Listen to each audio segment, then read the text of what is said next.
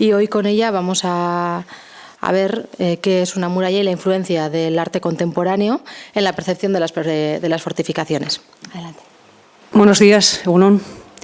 Bien, tengo que decirles que el trabajo que voy a presentar hoy nació el año pasado en un simposio, congreso que patrocinado por Hondarribia y la Asociación Ondae tuvimos aquí en Hondarribia, en el que se habló también de patrimonio, del patrimonio hondarribitarra, en concreto de las murallas, y allí se suscitó una cuestión que a mí como historiadora del arte y como persona amiga de, como el perejil, estar en todos los guisos, en consecuencia, en los tiempos que corren, si me dedico a la investigación, tengo que tocar muchos puntitos pluridisciplinares, ¿no?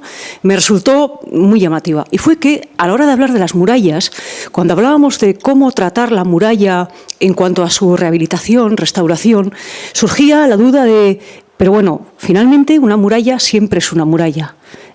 Porque los arqueólogos y los arquitectos tenían una percepción muy diferente de lo que era la realidad básica de la muralla de lo que tenemos hoy.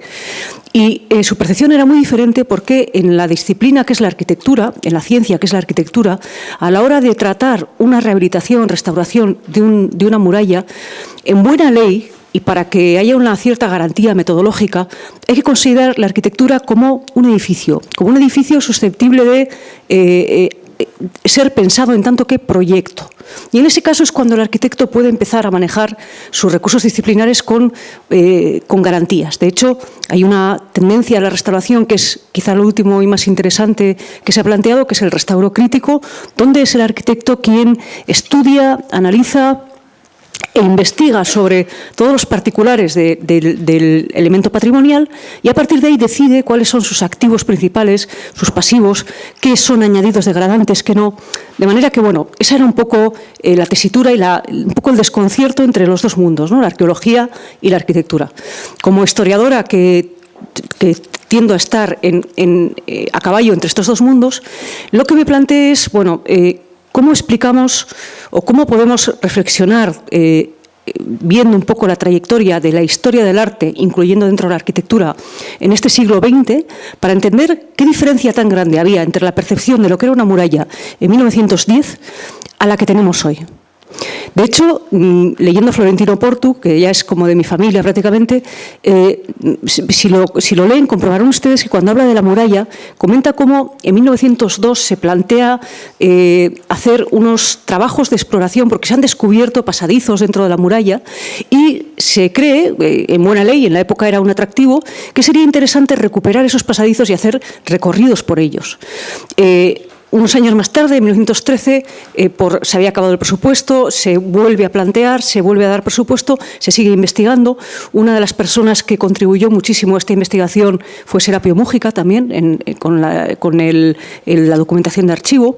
Y incluso hay un periódico que habla en 1914 de lo bonito que sería y lo interesante que sería para promover el turismo local organizar excursiones por los pasadizos con antorchas, con guías, contando las historias, los hechos de armas.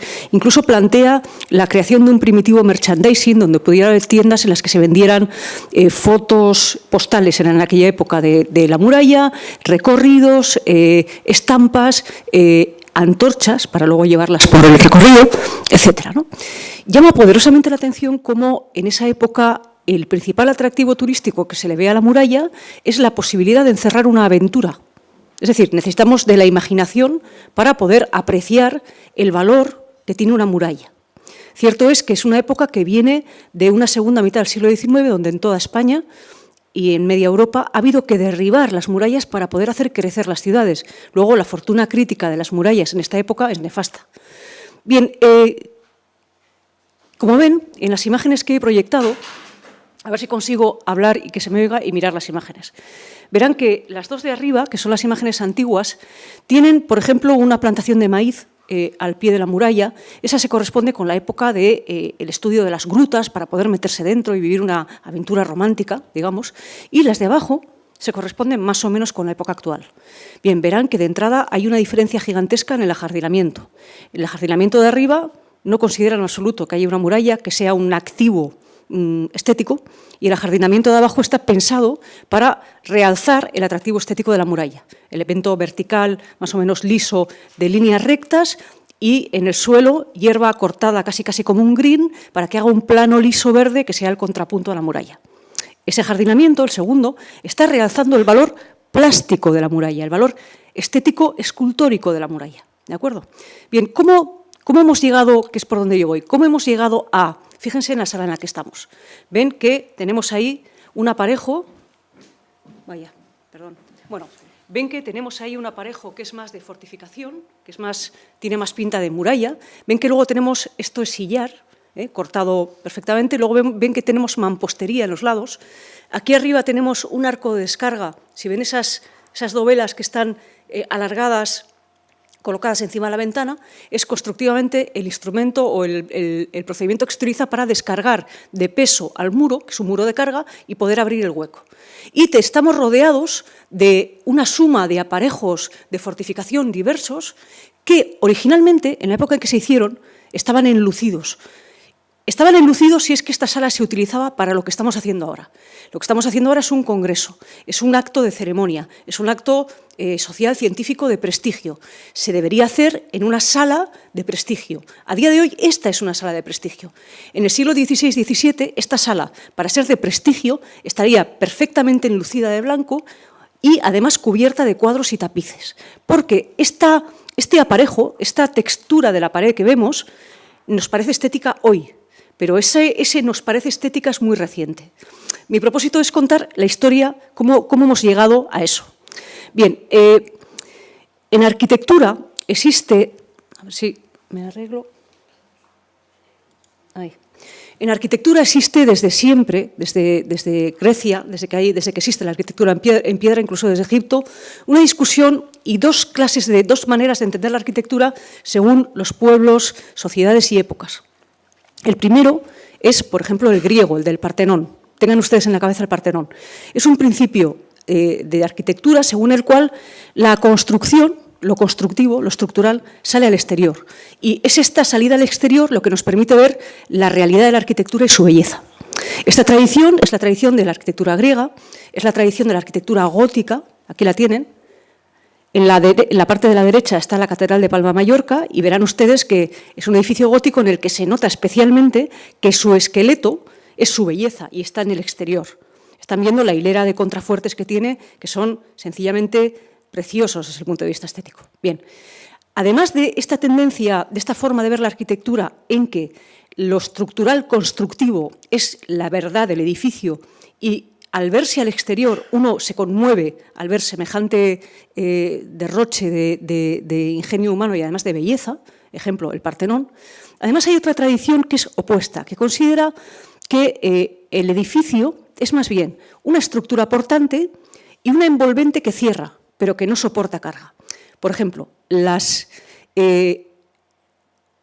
tiendas de los indios americanos de las películas de vaqueros, ¿las recuerdan? 4 palos y una lona, ¿no? Esa lona puede estar pintada, puede ser de piel, puede ser un tapiz, puede ser bellísima o puede ser anodina, ¿vale? Pero es esa tendencia que es una estructura y un cerramiento. Nuestro caserío vasco es precisamente un resultado de este principio. Tiene una estructura de madera y tiene una envolvente de piedra que no sostiene la cubierta. Si a nuestros caseríos le quitáramos toda esa piedra de la cáscara del exterior, se la quitáramos entera y pusiéramos cristal, el edificio no se caería, porque está soportado por una estructura de madera en su interior. ¿De acuerdo? Bien, en el gótico ya existía un gótico que obedecía al primer patrón que yo les he contado. De hecho, el estilo gótico, la forma de construir en el gótico, está especialmente dotada, capacitada para cumplir este esquema.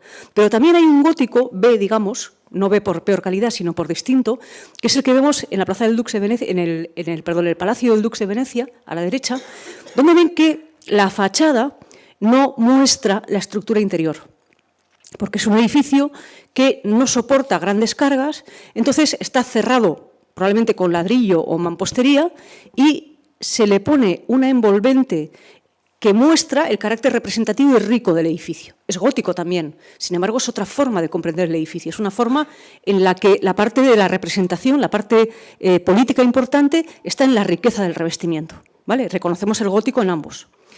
Bien, Estos dos principios colisionaron severamente en el debate arquitectónico a mediados del siglo XIX, una época en la que la arquitectura ya ha agotado los estilos eclécticos, el historicismo, los revivals, los pastiches, y se está preguntando cuál va a ser el lenguaje que la arquitectura va a utilizar en el futuro para, digamos que revitalizarse, renacer, salir del tedio del pastiche e ir a algo nuevo. En ese momento, estas dos tendencias de lo constructivo y la envolvente preciosa, la envolvente decorada y hermosa, pero al mismo tiempo más barata, porque es mucho más barato revestir y pintar que poner columnas, que pagar en toneladas de piedra tallada, digamos, ¿no? Bien, pues este debate surge...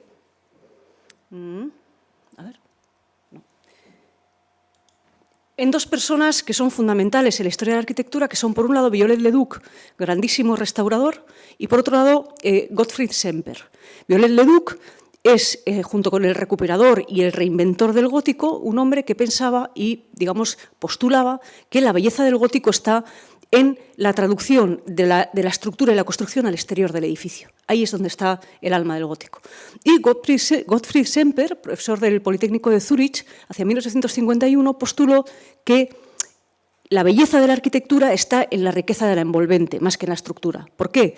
Pues porque él en ese momento estaba dentro de un círculo que estudiaba las artes decorativas y las artes industriales romanas, junto con Alois Riegel, que en ese momento se estaba desarrollando esta escuela, digamos, de estudio histórico de historia del arte. Y en la época romana es una época en la que los edificios se construyen con ladrillo, pero se revisten completamente, se forran enteros de placas de mármol. Es decir, la construcción se esconde. Si esto fuera romano, tendría un aplacado de piedra de calidad, caliza, mármol es lo que más usaban, algo de este tipo, para tapar, digamos que el paramento, para tapar esta fábrica que vemos. Bien, las teorías de Semper entraron en este contexto de revolución, renovación de la arquitectura, y algunas de las personalidades más importantes de la época escucharon sus teorías y consideraron que podían ser muy interesantes al hilo de la llegada de los nuevos materiales, como el hierro, que permitía hacer unas estructuras fantásticas, pero que no eran admitidas como objetos bellos todavía, faltaría pues casi llegar un siglo más tarde prácticamente. El vidrio, que se consideraba maravilloso y que podía ser una envolvente perfecta, porque no soportaría carga, pero permitiría ver todo el interior del edificio. Y, además, había otros tipos de materiales que podían servir muy bien de revestimiento, pero que no soportarían carga. Entonces, de alguna manera, una parte de la renovación de la arquitectura vino por ahí. Uno de ellos es el padre de la secesión vienesa, que es Otto Wagner, que fundó una escuela propia, que tuvo relación directa con Gottfried Semper y que es el autor de una de las casas más famosas de la época, que es la Casa Mayólica. Y, esperen un momentito, si la tecnología me permite. Vale. Miren, aquí está la diferencia entre el revestimiento o no revestimiento. Semper y Otto Wagner consideraban que era más racional el uso de esta forma de entender la arquitectura porque, entre otras cosas, abarataba la arquitectura. Miren, la casa de la derecha es la Casa Mayólica. La de la izquierda es una casa de la Viena de la época. Quiero que hagan un cálculo mental de la cantidad de piedra esculpida que hay en la casa de la izquierda, en la blanca, en la del medio, y de lo que costaría ese revestimiento de Otto Wagner, que es un revoco pintado,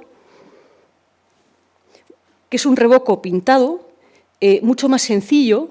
Miren, ¿ven? Esto se correspondería teóricamente con una arquitectura más tectónica, más que muestra al exterior su construcción, y este es el otro modelo. Y es el otro modelo porque en ese momento, digamos, con la llegada de la idea de la vivienda para la pequeña burguesía, perdón, aquí tienen, eso es, ¿ven? Cómo es totalmente plana la pared, cómo se pega totalmente al cerramiento de ladrillo, que es un cerramiento barato. Entonces, frente al cerramiento del otro edificio, esto es muy sencillo, muy elemental. Bien, si vemos, eso es. Este edificio, la caja postal de Viena, que es una de las primeras cajas de ahorros en Viena, aquí también el fenómeno de las cajas de ahorros es de la segunda década del siglo XX, ven que es un edificio, es un proyecto importantísimo en la época, y fíjense en la fachada, que se ve aquí a la parte izquierda de abajo. A ver, consigo. ¿No ven cómo hay como clavos en la fachada? Ahí. Bueno, pues estos de aquí, estos puntos de aquí, son los mismos clavos. Son unos pernos de 20 centímetros con la cabeza de aluminio que se utilizan para, no tanto para adherir las placas, esas placas que están, digamos, revistiendo el edificio, como para mostrar claramente, gráficamente, digamos que hay voluntad de forma y una voluntad estética por parte del arquitecto, mostrar claramente que eso es un revestimiento que no sostiene carga y que es algo así como una tapicería, para que nos entendamos. O sea, esa idea de fachada lo más ligera posible, que se adhiere perfectamente a un cerramiento barato de ladrillo y que va conformando el paisaje vienés en ese momento. El resto de los arquitectos de la secesión vienesa, Joseph Hoffmann, Olbrich, siguieron la estela de Otto Wagner y digamos que este elemento arquitectónico, esta idea del revestimiento de la fachada, tuvo un éxito considerable.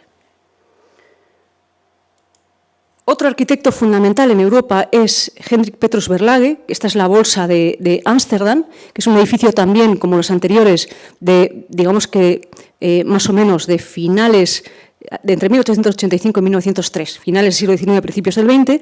Y Verlage también era un discípulo de Semper, es el arquitecto, el padre fundador de la contemporaneidad en Holanda, y él considera que esa pared de cerramiento tiene que ser un elemento, un envolvente, y a partir de eso elimina la idea de adorno añadido, clavado, y hace el adorno como un elemento totalmente incorporado al muro, a la labor del muro. Aquí estamos acostumbrados a esa idea por las labores mudéjares, por ejemplo, pero fíjense cómo el propio aparejo del muro, los propios arcos, la piedra, son el fuerte estético del edificio, digamos. Este es Louis Sullivan, el gran maestro de la modernidad norteamericana y uno de los creadores en la Escuela de Chicago de la idea de rascacielos moderno. Rascacielos moderno que tiene su base en una estructura de acero que es, digamos que una traslación de la estructura en América. Tradicionalmente, las casas, como saben ustedes, no viven en pisos, viven en casas. Y las casas se construyen con un entramado de madera. Ese entramado de madera básico se llama estructura de balloon frame, o sea, estructura, balloon es globo, estructura ligera. Y si recuerdan ustedes las películas americanas, la facilidad con que el malo atraviesa el tabique cuando el forzudo bueno le empuja, son elementos de madera que luego se cubren y con eso se hace la casa. Claro, son casas que requieren un mantenimiento grande, pero esa es su tradición. Además, esos elementos de madera están normalizados desde muy antiguo y, de alguna forma, es un tipo de arquitectura que permite la autoconstrucción, lo cual abarata mucho. Esa es la razón por la que ciudades como Chicago se tuvieron que quemar varias veces antes de renovarse y construirse de cal y canto, digamos, porque es un sistema que es muy sensible a los incendios.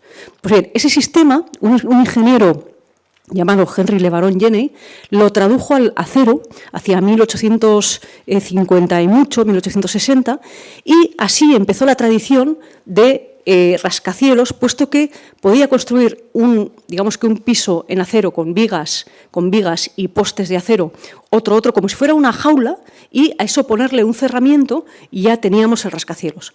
El otro ingrediente importante fue el ascensor, que vino después, pero Sullivan llega en el momento en el que ya hay ascensores, el tipo del rascacielos es un edificio, un tipo de construcción barata, eficaz, interesante para las necesidades de Chicago, y Sullivan, como gran maestro de la arquitectura, extraordinario creador, dibujante fastuoso y uno de los generadores de motivos decorativos más importante del siglo XIX, que ya es decir, plantea encontrar una estética para las fachadas de los rascacielos que responde al principio del revestimiento de Semper, y esto se aprecia con mucha facilidad en que son decoraciones que parecen de tapiz, que parecen de tejido, de seda.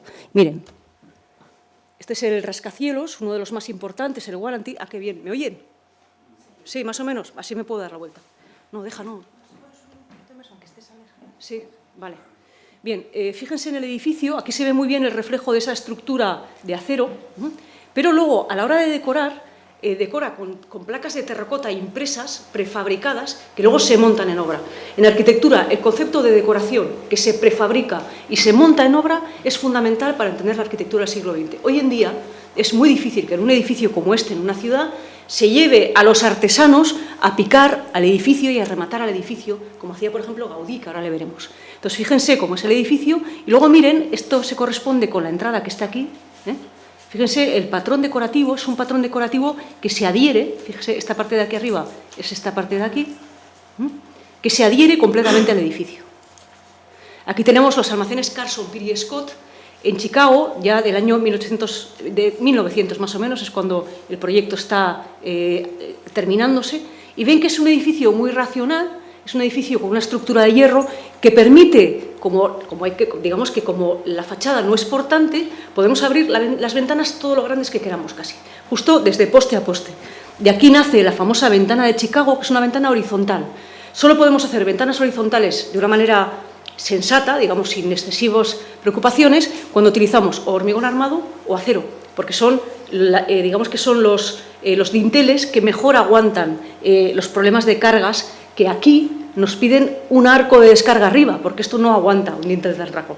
Bien, pues Sullivan, que plantea esta arquitectura desornamentada, en la entrada, que es esta de aquí, fíjense qué ejercicio de bordado minucioso plantea, que también sigue siendo una decoración que se adhiere.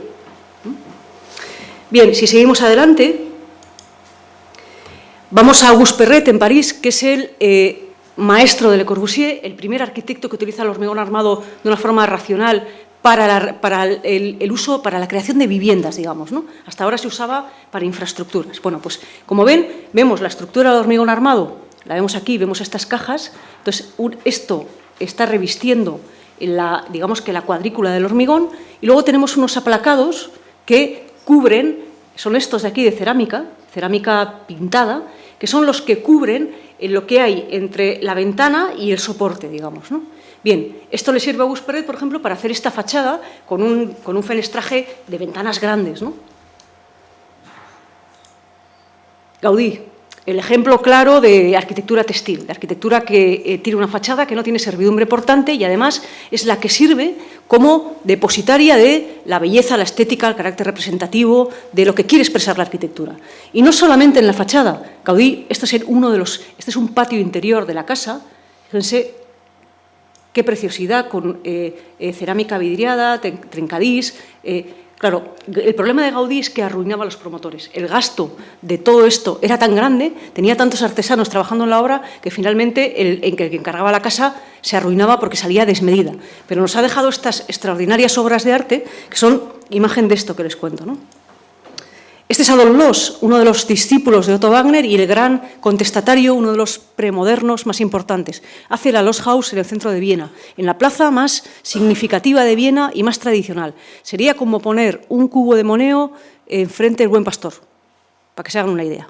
Y Loos propone que el revoco blanco, que es característico de la arquitectura tradicional vienesa, se utilice como fachada de este edificio. En la parte de abajo pone unas columnas, ya ven abajo, ¿no? Unas columnas y un revestimiento aplacado de mármol cipolino de Ubea, que es un mármol extraordinario que él mismo va a elegir, y en la parte superior utiliza el revoco. Y Adolf Loos, en lo sucesivo, defenderá que el revoco es una forma racional e interesante de cerrar un muro que no sostiene, que es un mero cerramiento de ladrillo, pero como no podemos mostrar el ladrillo porque es feo, es lo barato y es feo, hay que revestirlo. Bueno, pues revistámoslo de blanco. Le Corbusier, Mies van der Rohe, Gropius, todos los grandes maestros adoptarán este principio de Adolf Loos para hacer revestimientos elementales, baratos, lo que ellos llaman racionales, prácticos. Este es Peter Behrens, después de la Primera Guerra Mundial, haciendo este edificio para la fábrica IG Farben. IG Farben es una fábrica especializada en químicos, pero en químicos como tintes, pinturas, etc., ¿no? Y como ven, también es un canto al revestimiento. Ahí tenemos ese atrio, ese hall principal, arriba a la derecha, donde, como ven, los ladrillos están teñidos de colores distintos, haciendo un efecto luminoso, depende de la luz que entre, tiene un color diferente, digamos. Estoy tratando de hacer el recorrido lo más rápido porque, como ven, en la formación de la modernidad el principio del revestimiento es fundamental. Este es Walter Gropius. Ya estamos en la vanguardia, ya estamos en la arquitectura del movimiento moderno propiamente dicha. Arriba a la izquierda, la fábrica Fagus, el edificio un poco emblema de los inicios, ¿no?, de 1911. Su característica es el cierre acristalado, y un cierre acristalado en el que además Gropius deja queriendo, aquí no sé si sí se ve, se lo voy a mostrar, deja queriendo la losa del descansillo de la escalera. Miren, ¿la ven aquí? Esto es impensable en la arquitectura anterior. La deja queriendo. Es la losa del descansillo de la escalera que está en esta caja de aquí. Es decir, que el cerramiento ya no solo se independiza de la servidumbre portante, de la servidumbre constructiva, no soporta la cubierta, no soporta nada, sino que también se independiza de los elementos del interior del edificio. Ya este edificio podría cerrarse con cortinas y no se caería. Sería bastante inútil porque entraría la lluvia, el viento, sería desagradable, pero no se caería, y es un elemento fundamental. Aquí tenemos, esta es una fábrica que hace Gropius para una exposición tipo exposición universal de una asociación de la época, y este es el edificio de la Bauhaus, ya en 1925-26, edificio que se cierra, como ven, este es el ala de talleres, se cierra con un muro cortina de vidrio y hierro. Unas carpinterías de hierro y un muro cortina de vidrio que se soporta a sí mismo, punto. A partir de ahora, esta teoría va a permitir que la fachada tenga un idioma propio y su función sea una función puramente estética, puramente plástica. Este edificio es otro de los grandes mitos. Si hay 10 edificios importantes en la historia de la construcción del movimiento moderno de la arquitectura contemporánea, este es uno. Este es Frank Lloyd Wright, el gran teorizador de la arquitectura textil, también conoce el trabajo de Semper, y aquí estamos viendo sus casas mayas, en concreto la casa Ennis. Para estas casas, construidas en California, Wright inventó un sistema que era este bloque que ven abajo. Cada casa, la Ennis, la Miller, etcétera, tiene su bloque específico con un impreso distinto. Son estos bloques de hormigón cutres que vemos en algunas obras tapando un bajo antes de que se vaya a usar, por ejemplo. Es eso. Es eso, pero en vez de estar hecho en un bloque vacío, lo que hace es, en fábrica, lo imprime con un dibujo determinado, luego pone unas varillas haciendo una rejilla. Estos bloques tienen una especie de surquito arriba, en los laterales, les pone unas varillas y es una piel. Y además es una piel con un cierto movimiento, lo cual en California no está mal. Claro, es un material barato, es un material que después, fíjense, este es el momento en que todos los ladrillos están bien, aquí hay un movimiento de tierras y miren lo que pasa. ¿Lo ven? Es una piel realmente, o sea, es muy fina. Lo portante no es eso, lo portante está por dentro. Sin embargo, esa piel le da una apariencia al edificio, que es su gracia estética, que es esa apariencia de templo maya, de ahí las casas mayas, con que Wright quiere intentar aplicar o encontrar una estética propia para las casas californianas. Además, este tipo de aparejo tiene una ventaja estupenda, y es que algunas de estas losas son totalmente opacas, otras están un poquito abiertas y otras están muy abiertas. Y esto nos permite hacer, y paso a otra casa, a dar otro salto mayor, que es: no tenemos necesidad de ventanas para todo, porque fíjense ahí arriba a la derecha cómo los agujeros, las cruces que hay en el impreso de los ladrillos dejan pasar el aire. Estamos en California, hay que hacer corrientes porque hace mucho calor. Dejan pasar el aire, dejan pasar la luz del sol sin que nos queme, porque es demasiado. Hacen como de eso que Le Corbusier llama brisolé, ¿no?, que es una pantalla dura que nos protege del sol, digamos, del sol y de la lluvia. Pero fíjense cómo está aquí.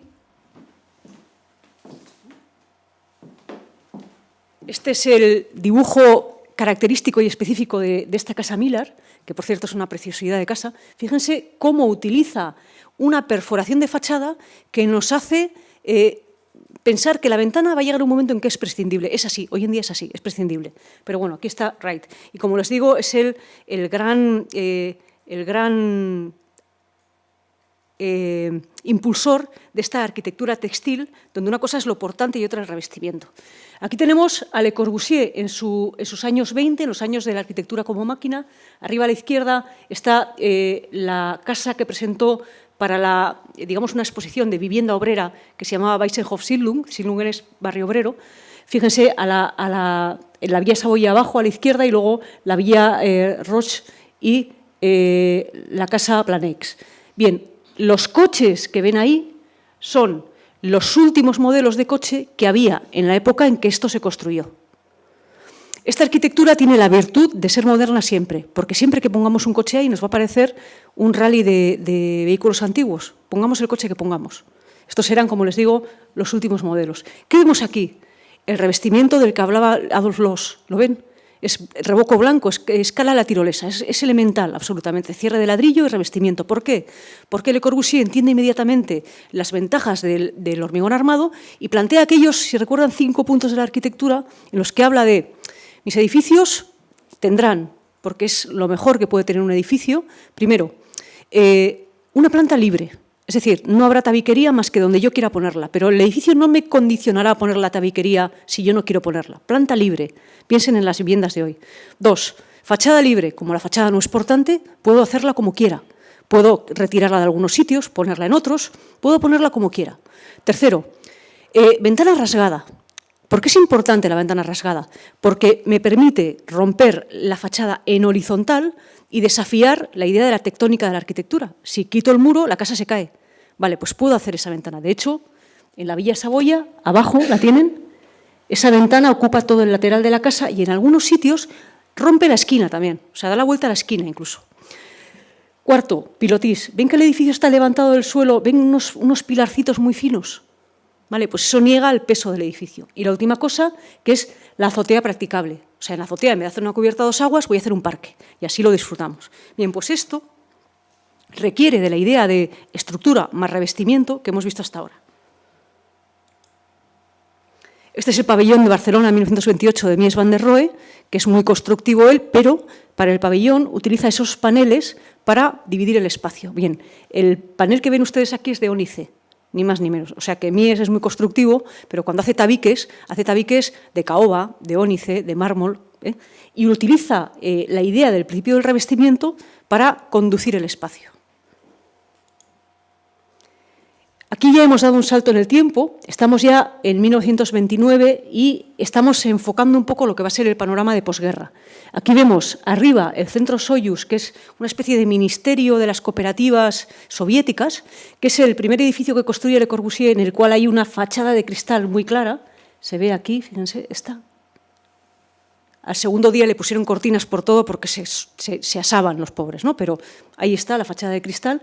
Y este es un proyecto importantísimo porque fue su propuesta para el proyecto de las Naciones Unidas, que después no ganó él, pero le robaron el proyecto y un arquitecto americano hizo algo muy parecido. Y fíjense cómo tenemos un edificio con una fachada cortina. Fíjense. Este es Mies van der Rohe, con sus obras más importantes en América. El edificio Seagram, arriba, que es el rascacielos que marca en los años 50 cuál va a ser el modelo de rascacielos americano de ahí hasta los años 70 prácticamente. Esta es la Escuela de Arquitectura, el Kronhall, que es un edificio totalmente diáfano por dentro, y esta es la National Gallery, la nueva Galería Nacional de Berlín, un museo, que es totalmente diáfano y, como ven, todos tienen un cerramiento que es acristalado. Este edificio no tiene ningún soporte por dentro, está sostenido mediante estos pilares y estas vigas que van por fuera, y este otro edificio está sostenido por estas vigas que tiene fuera y no tiene ni un tabique dentro. O sea que la idea de la envolvente también es una parte fundamental para que nos permita entender con la transparencia ese espacio diáfano que tenemos. Bien, después de la guerra, llegamos a la época del hormigón armado, la reconstrucción de Europa. Esta es la unidad de habitación donde Le Corbusier cambia de poética, tiene que utilizar el hormigón visto. Además, la unidad de habitación es tan grande que para poderla construir necesita muchas cuadrillas de encofradores y vertedores de cemento diferentes. Y el problema que tiene es que cada una lo hace a su manera. Y el resultado es que cuando desencofran una parte, todos juntos, la superficie del edificio es distinta en todos los sitios. En todos los sitios muy irregular, muy distinta, con marcas diferentes, y no tiene ni dinero ni tiempo para pulir eso. ¿Qué hace? Hace de la necesidad virtud y dice, mi lenguaje, mi idioma va a ser el de el hormigón visto tal cual sale después del proceso de encofrado. Entonces se ven las tablas, se ven las mezclas distintas, se ven los churretones, y esa va a ser, digamos que el aspecto estético de su unidad de habitación. Y luego utiliza las cualidades escultóricas del hormigón para crear elementos icónicos, elementos puramente estéticos, para decorar. Aquí es donde nace lo que luego se va a llamar brutalismo. También Le Corbusier, en Ronchamp, en este caso, uno de los edificios más importantes del siglo XX, utiliza unas formas y llama su atención sobre, miren, esta línea de aquí. Esta línea de aquí es la línea que separa la pared de la cubierta. Esa cubierta, que parece maciza, parece como un dolmen, en realidad está hueca. Es una especie de carcasa que no se apoya sobre el muro blanco, sino sobre unos soportes de acero que están metidos en el muro y que son lo que aguanta la cubierta. O sea que esto nos quiere decir, yo soy como una iglesia medieval, pero es mentira. Este muro que hace Le Corbusier es un pretexto para poder hacer estos huecos, que son huecos abocinados, con unas placas vidriadas de colores primarios e intensos que le permiten tener dentro el ambiente y la luminosidad que necesita. Pero seguimos con estructuras que se portan, es decir, que nos dicen una cosa y se portan de otra, ¿no? Aquí también fabrica el mismo estilo. Esto es Chandigarh de Le Corbusier, donde vemos también lo mismo, cómo es importante el idioma del hormigón armado. Hemos cambiado, ya no es el revoco blanco, ahora es el hormigón, porque cada vez hacemos edificios más grandes. Si hacemos una villa de lujo, podemos pintarla de blanco, pero si hacemos un ministerio, aquí hacemos el Congreso de los Diputados de Pakistán o el Alto Tribunal, el Tribunal Constitucional. La Tourette, más de lo mismo. Este es un convento dominico hecho por Le Corbusier al final de su vida, donde todos los elementos son elementos ya asociados a una plástica que es la del hormigón armado. Estamos yendo también a una época del arte en que la escultura ya no es una escultura figurativa, ya es un arte más tendente a lo abstracto, a lo informal, etc. A ver si consigo. Aquí. Bien. Esto es para muestra un botón, estos son obras de Le Corbusier que decora directamente con impresiones digamos que en una composición de mural, ¿no? Estamos en los años 50. Bien, los años 50 en la historia de la pintura son importantes porque, digamos que presencian la aparición de una nueva tendencia que se llama el brutalismo. Brutalismo en arquitectura y art brut en pintura. El representante más importante del art brut es un pintor francés o suizo, se llama Jean Dubuffet, y Dubuffet es un hombre que prescinde completamente del objeto, que toma las técnicas surrealistas de dejar salir el inconsciente de uno, haciendo que el momento de pintar sea un acto creativo, un acto demiúrgico, pues como lo mismo que Jackson Pollock. ¿Recuerdan ustedes ese señor que pinta haciendo así sobre un lienzo y va dejando regueros de gotitas? Ese es el equivalente a Dubuffet, pero en América. Entonces se impone un tipo de pintura para la cual no cuenta ninguna historia, no hay ningún objeto, no hay ningún modelo, no hay nada que se parezca a nada de la realidad. Y lo que es puramente pigmento aplicado sobre un soporte plano, nada más. Bien, este tipo de pintura tiene bastante desarrollo en Europa. De hecho, estos son cosas de Dubuffet donde vemos cosas que pueden recordar a una puerta de hierro que tiene manchas de roña, a un bloque de madera antiguo que ha sido expuesto a los elementos y se le ve cómo han ido manejando, cómo han ido deformando sus vetas. Se parece a un terreno volcánico, se parece a la grava, se parece a ese tipo de cosas.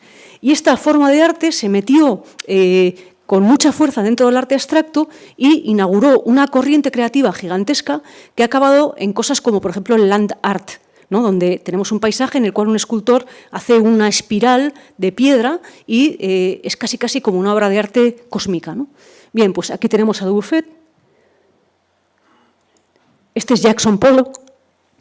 Si alguien de ustedes piensa, bueno, esto lo hago yo, cojo una brocha, le hago así, no les va a quedar como a Pollock. Es decir, que hay que tener una capacidad y una intuición en el manejo de los colores y de los ritmos en la pintura, que es una cosa muy compleja. O sea, que estas cosas no salen bien así como así. Pero aquí ven cómo Pollock avanza en ese mundo de la abstracción, que tiene mucha proyección en España, además, porque tenemos una figura muy importante aquí, que es Tapies.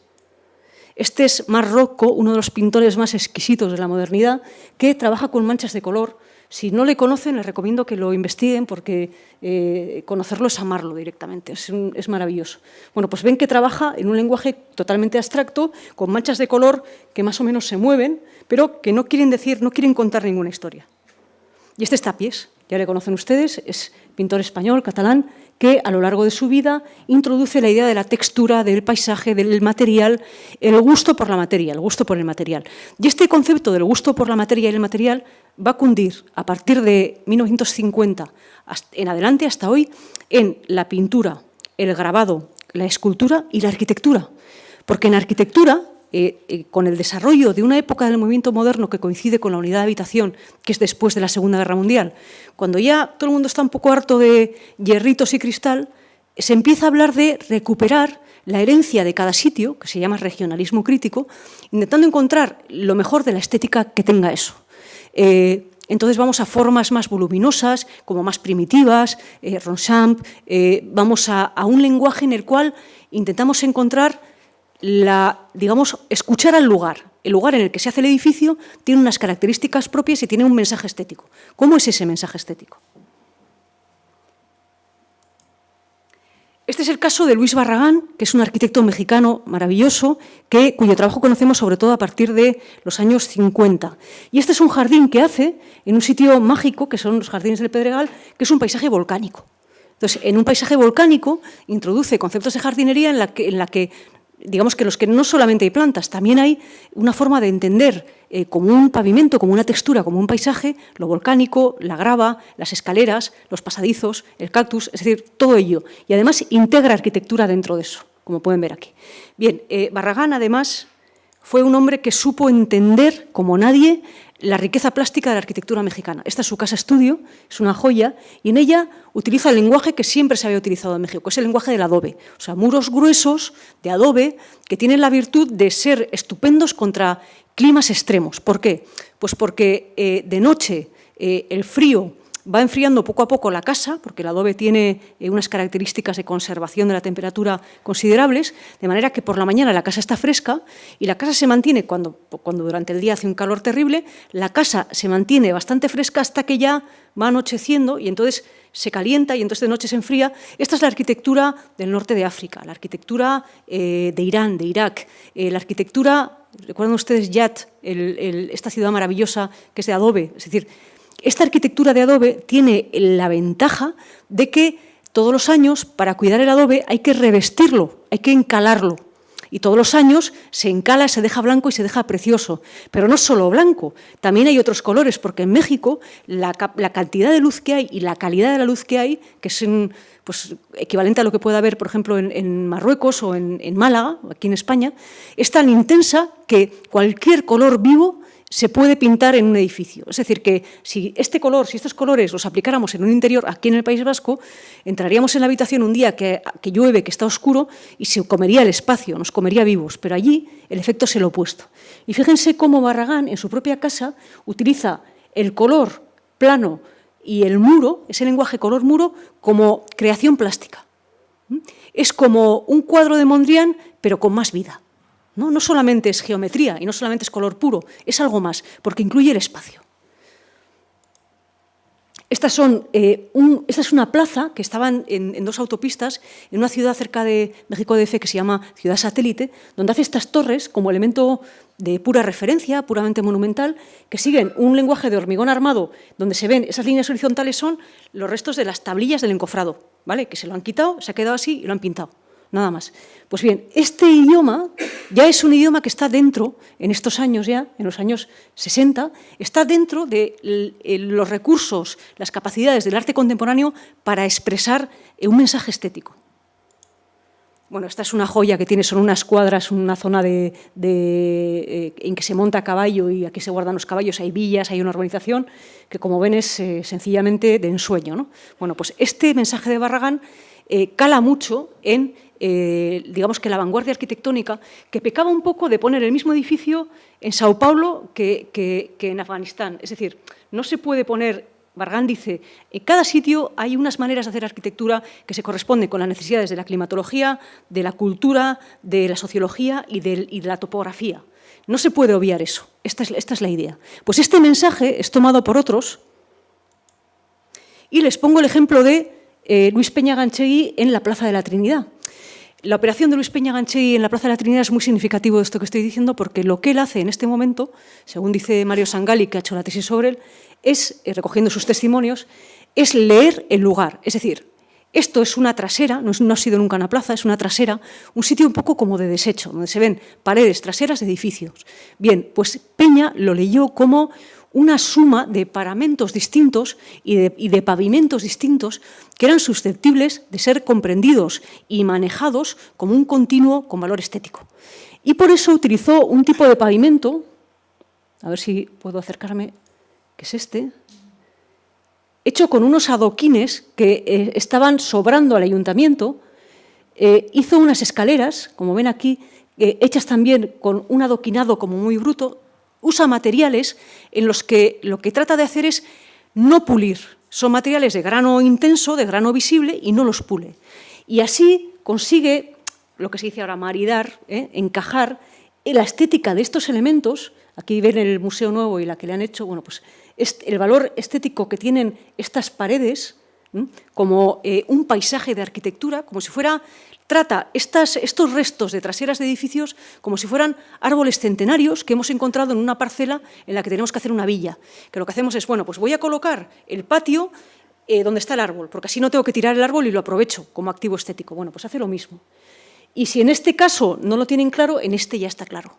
El Peine del Viento o Plaza del Tenis es el lugar en el que se disponen las esculturas de Chillida y al que le da presencia física Peña Ganchegui con una forma de pavimentar que es muy singular, porque para caminar no sirve, es incomodísima.